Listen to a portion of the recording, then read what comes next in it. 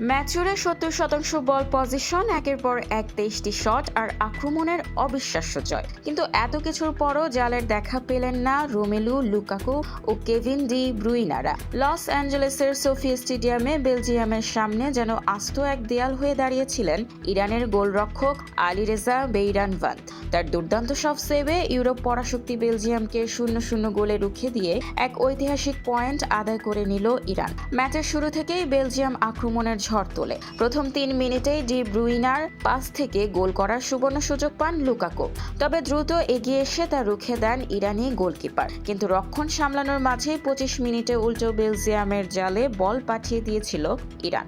এহসান হজসাফির pass থেকে চমৎকার ফিনিশিংয়ে মেহেদি Taremi গোল করলেও ইরানি সমর্থকদের সেই উল্লাস মাটি হয়ে যায় ভিএআর চেকে অফসাইড প্রমাণিত হওয়ায়। পুরো ম্যাচে ৬২২টি সফল পাস দেওয়া বেলজিয়ামের আক্রমণের বিপরীতে পুরো ম্যাচেই নায়ক ছিলেন ইরানের গোলকিপার আলীরেজা বেইরানভান্দ, যিনি একাই করেছিলেন ৭টি অসাধারণ সেভ।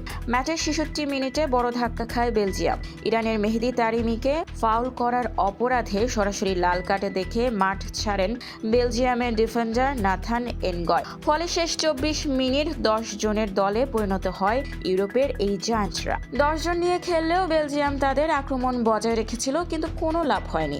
অন্যদিকে কাউন্টার অ্যাটাক থেকে লং থ্রো আর সেট পিসে বেলজিয়ামের রক্ষণভাগকে কাঁপিয়ে দিয়েছিল ইরানও। কানানি ও তারেমির জোরালো ভলি ঠেকাতে বেশ কয়েকবার পরীক্ষা দিতে হয়েছে বেলজিয়াম গোলকিপার থিবো কোর্তোয়াকেও। ম্যাচ শেষে এই গোলশূন্য ড্রয়ের ফলে ২ ম্যাচে ২ পয়েন্ট নিয়ে গোল ব্যবধানে গ্রুপ জি এর পয়েন্ট টেবিলের শীর্ষে উঠে এসেছে ইরান, আর সমান পয়েন্ট নিয়ে দ্বিতীয় স্থানে বেলজিয়াম। প্রথম ম্যাচে ড্রয়ের পর দ্বিতীয় ম্যাচেও পয়েন্ট ভাগাভাগি করতে হলো এই দুই দলকে। গ্রুপ পর্বের শেষ ম্যাচে কি পারবে বেলজিয়াম জয়ের ছন্দে ফিরতে, নাকি এশিয়ান পরাশক্তি ইরানই চলে যাবে নকআউটে? দেখার বিষয় সেটাই।